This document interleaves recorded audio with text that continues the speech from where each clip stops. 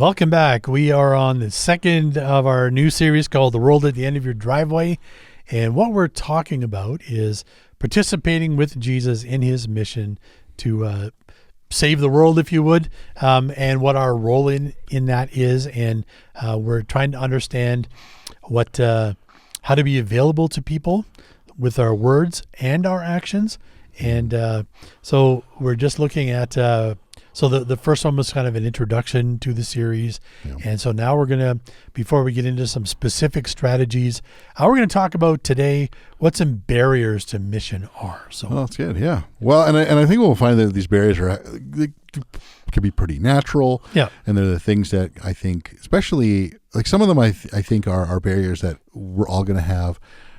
There definitely is some, I think, for those of us who have been followers of Jesus and in the church a lot, we'll find particularly understandable that these are barriers we really might need to fight against in ourselves, just because how some things have been presented. Yeah, and how we've understood things too.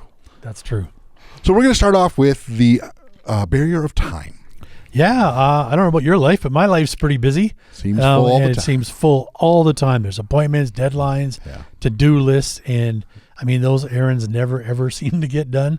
Yeah, the laundry. Yeah, the to-do list is just keeps getting longer. It doesn't, even though I get some stuff done, it doesn't seem like that. And then there's our relationships. Yep. We have obviously our family. It takes up a lot of our time. And if we don't make time for friends, we won't have any. Yep. And then there's things that we're just involved in, like teams and sports. Seasons of life just can be overwhelming too. So time is a huge barrier, and to add something else, just seems overwhelming. Yeah. I know it's easier said than done, but sometimes when we meet this barrier, it might be the idea that we might need to reprioritize our time. Mm-hmm. And I know, we're saying this in the context of being a witness to Jesus. We might just need to do this period sometimes, just to reprioritize our times. And I think that goes back to the Covey principle of the big rocks and the thing where we did the big rocks and the little rocks and then the sand and then even water. There is time to do lots of things. And again, a lot of it just comes down to making the big things a priority. And this is definitely something we need to make a priority. Yeah. So on the subject of mission, I realize time can be such a difficult thing because traditionally mission has always been tied to an event. Yeah. We're adding that event into our life, which I would say, I know for me, can sometimes just feel unbearable.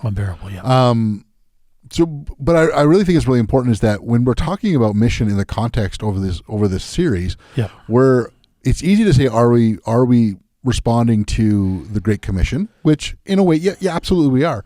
But we're really responding to Jesus when he answered the question in Mark 12 of all the commandments, which is the most important. Mm-hmm. So Mark 12. Chapter 12, verse 29, says the most important one, is what Jesus answered, is this: Hear, O Israel, the Lord our God is the Lord of one. Love the Lord your God with all your heart, with all your soul, with all your mind, with all your strength. The second is this: love your neighbor as yourself. There's no greater commandment than these.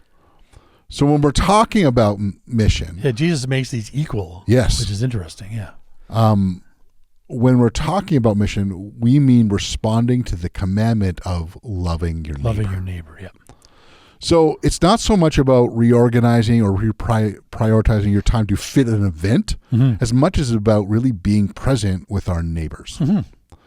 It's the idea of being reachable, available, and interruptible. Yeah. And sometimes our schedules are not allowing for that. Yeah, and sometimes it just makes, again, that's a really good point. We need to create a little margin in our schedule sometimes, because sometimes you bump into your neighbor, you're waving hi in the driveway, and you leave it at that, where right well they would like to have a conversation. And so sometimes it's just taking a few extra moments to have that conversation.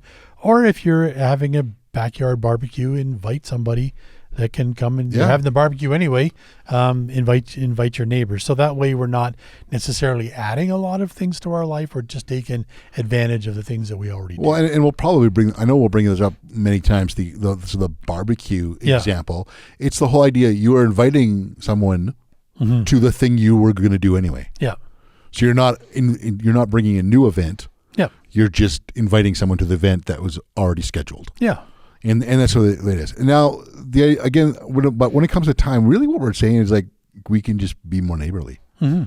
You know, because again, we can be in a hurry, brush people off. We're not necessarily meaning to be mean or anything like that. Absolutely. But eventually, you know, at best, you just kind of wave. Jesus modeled this, right? He was someone who definitely seemed to have a really busy schedule, was interruptible. And there are many stories like that, especially that of blind Bartimaeus, which is found in Mark 10, verse 46 to 52. And this is at the height of Jesus' ministry. Oh, yeah. He's traveling around. And he's got crowds of people, and he's teaching. And I don't know, it boggles me even how there's time for him to sleep or even heal people, because there's just so many people and so much going on at this particular time. Yeah, and so like at that point, him and Jesus and the disciples are leaving Jericho. Mm-hmm. Bartimaeus calls up to Jesus. Those around him tell him to be quiet. However, Jesus stops and acknowledges Bartimaeus and actually goes and heals him. Mm-hmm. So yeah, time can be a barrier, but sometimes it's just, again, prioritizing ourselves to simply be more reachable, more flexible, more available, and more interruptible. Mm-hmm. And again, it can be a little overwhelming, but it's just those sort of things. You don't necessarily have to weave a whole new event in your life. Yeah, and again, it might be, looking to create a little bit of margin in your life. So instead of waiting to the last minute to leave to go to work, you might leave 5 or 10 minutes earlier, so that if your neighbor is out there and you took 2 or 3 minutes to talk to him, it's not going to make you late for work, kind of thing. Yeah. So again, and you know, this isn't easy. No. So we're not going to lie or tell you this is, every Christian can do this, or anyone who follows Jesus, this will just happen naturally. No, we have to be intentional, and a lot of these things are not easy. So then the next barrier to us being a witness, and I think this is common for all followers of Jesus, is just fear. Yeah. Fear of rejection. That's a big one. Yeah. Fear of rejection. I don't take rejection well. No. Fear of people think we're weird. Yep. All those sort of things, because it can present itself in so many contexts. Yeah. Because our neighborhood, it's filled with so many different people. Yep. Differences sometimes, the unknown element causes a little bit of fear, timidity, nervousness. You have families who just seem to be a lot of drama going on constantly. I'm sure we've lived in a neighborhood where it just seemed there's a lot of activity going on in that house a lot. Yep. And I'm not sure I want to get involved in any of that. Yeah, exactly. Differing values that can cause lots of tensions. There's just some people that just might just somehow give you an uneasy feeling. Sure. For whatever reason. Or sometimes it's just the fear that when we connect with our neighbors, there's a potential of much longer term commitment, and there's so many just unknown aspects when it comes to that. I haven't got time for any new friends. Oh, kind of thing, exactly. Just that fear of the unknown is huge. Some of us just have fear because we're just maybe not necessarily overly comfortable in certain social situations. Some people it's really natural with that, and some people are just not, and so that can be a real fear. And just how do we ever bring up even the idea of talking about Jesus to somebody? Yeah, when you can't even have small talk. Yeah, well, you can't. So it's like you're so afraid of how to bring it, that you can't even manage what the weather is or how your kids are doing. That's right. That kind of stuff. Yeah. We do want to note on this idea of fear. We are talking about people who may be uncomfortable in certain social situations or awkward. We're not talking about those with a serious social anxiety. That's something that's very different, and that it needs to be met with compassion, care, trained therapists, and a loving community. Sure. But for the rest of us, we need to challenge our fears. Yeah. I don't mean abandon them. There might be a good reason for them, and sometimes they can be valid. But we need to challenge them with discernment, because sometimes they can also be unwarranted. Mm-hmm. For me, I definitely have a fear or a nervousness when first interacting with someone. That's not really natural for me. I have many stories where I've safely overcome that fear and really happy I did, yet I have to convince myself every time and challenge that fear every time I have an interact with someone new. Like it's never just gone away. Right. And it's just, it's there. And fears also have a way of distorting our perspective. Yeah, and I think this maybe ties back to something we mentioned in sort of the one of the ones in the previous series and in the introduction here is that, and I think we're going to talk about this in another podcast, is just understanding our role in mission, and sometimes because our perspective is distorted, that we have to take on more, that we have to be the one initiating the conversation and drawing people in, that is a great fear as well, because that's a lot of responsibility that we don't need to be taken on, because that's the role of the Holy Spirit. Yeah. We also can have that fear, again, going back to the rejection thing. Yeah. Just, are we going to be a bother? Yeah. Are they, like this? Yeah. There's so many there. I know in my experience that a lot of people are really wanting to connect. This could be another fear. Everyone's kind of waiting for everyone else to make the first move. Yeah, exactly. And we're all kind of, doesn't matter. We're all suffering from the same fear and thinking the other person, they have no interest in getting to know me. And we're all just sort of like, oh, I wish they would make the first move. Quite often, we're wanting someone else to initiate. Yeah. And so something we need to, again, challenge that fear to realize that maybe they might feel the same way. And there's a stat by Sam Chan that I brought up in the previous one, where almost 80% of people are willing to have a spiritual conversation or wanting to have one with someone they know is a follower of Jesus, if they truly believe in it. So they don't want to know that you grew up in following Jesus and you go because you feel like you have to, it's expected by your parents to go. They want to know if you truly believe it and you truly are living it, that they're more than willing to have a conversation about it. Yeah. And so just sometimes even knowing that helps us overcome the fear of initiating a conversation when the time is right. Yeah. Another fear sometimes that we have is that we actually have the right answers or know the right answer to all the questions people might have. And I think sometimes we anticipate much harder questions that people are going to ask than they actually do. Yeah. And we don't have to have the answer to evolution or the creation of the universe. And there's a lot of literature out there that basically set us up to that is what everyone is thinking. Yeah. And really we do need to challenge that fear with the idea that the mission is to be a good neighbor. Yeah. Not to answer all of life's existential questions and necessarily. And sometimes it's okay to say, I don't know. Yeah. Let's figure that out together. Just be a good neighbor. Yeah. Another barrier can just be our mindset. Yeah. How we're sort of based on our previous experience or other things that we've been influenced by, like how we grew up or a certain church we attended at a certain time. Those can leave us with the idea that we have to do things a certain way. Yep. And that can, particularly, I think it has to be something impressive or big. Yeah, that's right. Again, it's because it was mostly event-based. Yeah, that's right. And I think because of that, it really moves us into some kind of paralysis because, we're trying to, what is the big thing? What's the impact? What's the wow? And we just don't do anything. Yeah. Because it's too overwhelming. That's right. Because or it just becomes contained to the event. That comes to the mindset. And it's like, oh, we did the event, so we did it, right? Yeah, so I did it. I did a big, huge block party. I invited all my neighbors. Yeah. I cooked all the things. I rented the bouncy castle. Everybody had a good time. And I'm so exhausted, I'm not going to do that again for at least a year. Yeah, exactly. Yeah. Yeah. Let's get back to a good mindset. The goal is to be a good neighbor. Yeah, that doesn't really make us a good neighbor. Yeah. Well, it makes us. Could be a stepping stone. Yeah. But if that's all there is, then I think we've missed the point a little bit. Well, and the thing is here, the idea of being a good neighbor is not about the big things. It is about the small things. Absolutely, yeah. It's about it's the shoveling the sidewalk in front of your neighbors as you're out shoveling. It's the friendly wave as you walk down the street. It's welcoming someone in as they move into the neighborhood. Inviting a neighbor over for a barbecue. Just something you're already doing again. Movies, listening to music, whatever it might be. Yeah. Just finding ways to connect. And the more we share those things, it'll give people the hopefully very real feeling that they matter to us. Yeah, and I mean, really, what we're talking about is developing friendships and building trust.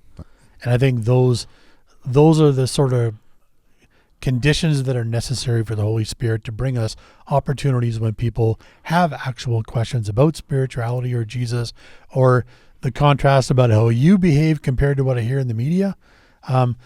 Again, if we haven't built that trust up, or we haven't worked on our friendship a little bit, I don't think those are just going to happen No. in the cold. So it's really about sharing your everyday life with people. It really is. And the final barrier, I'm sure there's more, but the final we're going to talk about, motives. Yep. And motives matter. This is a big one for us Christians. And we run into it often. It's the barrier of the ulterior motive. Yes. Our goal is to convert you to become a Christian. Get you to say the prayer. Yeah. And then if you reject that, then I'm not going to be your friend anymore. Exactly. Yeah. That's the thing. It's strings that are attached. Yeah. That's not our motive. Yeah. I actually really like this. It's Jay Pathak, Dave Runyon. They write this: so that we don't love our neighbors to convert them. We love our neighbors because we are converted. Yeah. Because the goal is we're responding to the commandment of Jesus to love our neighbors. Yeah. Love one another. Love others. Full stop. Yep. Like that's just it. Like it's just full stop. There's nothing else there. Whether or not they decide or want to follow Jesus, we love them. We desire to be their friends. Yeah, because quite often, in my experience, and this is more recent, where through a friendship, I did actually have a rejection, but I still remained friends with that person, stayed connected with them, and over time, they did come around to changing their mind. Right. And so, and not that that's going to happen every time, but if I had gone in with an ulterior motive and just cut that person off, then they may not be a follower of Jesus today. And so I think it's extremely important for us to not have that ulterior motive going into this, but just simply obey the command of Jesus. That's right. The motive is be a good neighbor. God loves us and we love him and others as a response. We want to hear people's stories. We want to at the same time share ours. They want to hear our stories too. Yeah. We want to hear their passions and share ours. We want to, when our motives are wrong, then our neighbors become projects. Yeah. And that's not love. No. And I think they can sense that I'm too. sure they can. And I know some people actually have a bad experience with that. Yeah. So yeah, it's I think it's something particularly for followers of Jesus to keep in mind that we can't just treat this as a check mark. I have to do this because I'm a follower of Jesus. And if people don't respond to me, then I move on to the next person. That is not what Jesus is saying in love your neighbor. All right, so just a quick review of these barriers that we shared here at Mission. One is time. And again, it's not about carving out large chunks of time. It's more about being available and interruptible. Yeah. Next one is fear. Yep. And sometimes we need to challenge our fear with discernment, and other times we need to just pray and ask for help with our fears. Yeah. And other times, like you say, we just need to push through our fears. So the mindset, just be a good neighbor. Yeah. And again, full stop. Yeah. And then watch out for your motives, particularly if you're a follower of Jesus, particularly if you grew up in certain places or in a certain church that did things a certain way that wasn't what Jesus commanded. Yeah. And I'm not judging anybody or criticizing. Sometimes those things did work in a particular context, but I think we have to really get back to basics here, and that is to love your neighbor, because that's what Jesus commanded and demonstrated for us. Yeah. So thank you for joining us, and maybe one or more of those barriers can be yours. Sometimes it takes time to challenge them and make them work, and there might be some of them. So I know for me sometimes just the motives thing. There's a lot of background in that, and I've had to rework a lot of that in my head because that of how I definitely interpreted motives were instilled upon me that way. And that takes time to challenge. It takes time. Please take time. It's all right. Thank you for watching. Please like and subscribe and have a great week.